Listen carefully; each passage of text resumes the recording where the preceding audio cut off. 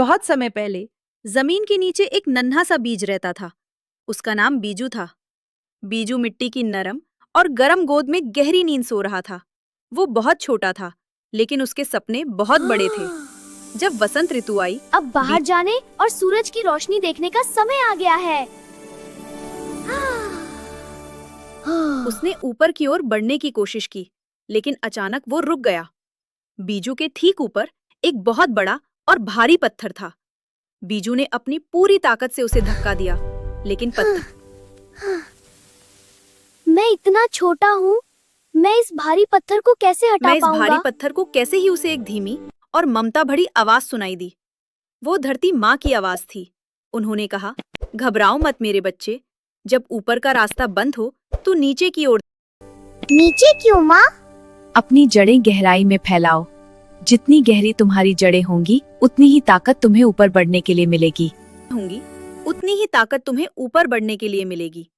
बीजू ने धरती माँ की बात मान ली। उसने अपनी सारी शक्ति अपनी जड़ों को बढ़ाने में लगा दी। धीरे धीरे उसकी पतली जड़ें नीचे अंधेरी मिट्टी में गहराई तक जाने लगी।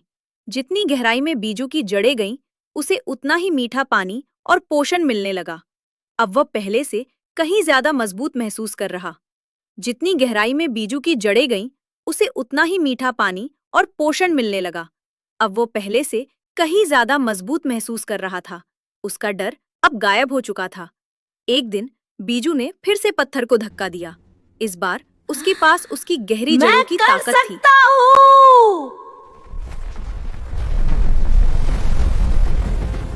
तक गया। बीजू पत्थर के किनारे से रास्ता बनाकर ऊपर की ओर निकल गया। जैसे ही उसने मिट्टी से अपना सिर बाहर निकाला, ठंडी हवा और सुनहरी धूप ने उसका स्वागत किया। वो अब एक छोटा और सुंदर अंकुर बन गया था। कुछ ही समय में बीजू एक सुंदर और मजबूत पौधा बन गया। उसने सीखा कि मुश्किलों से डरना नहीं चाहिए। अगर हमारी नींव मजबूत हो तो हम किसी भी बाधा को पार कर सकते हैं और दुनिया को अपनी सुंदरता दिखा सकते हैं।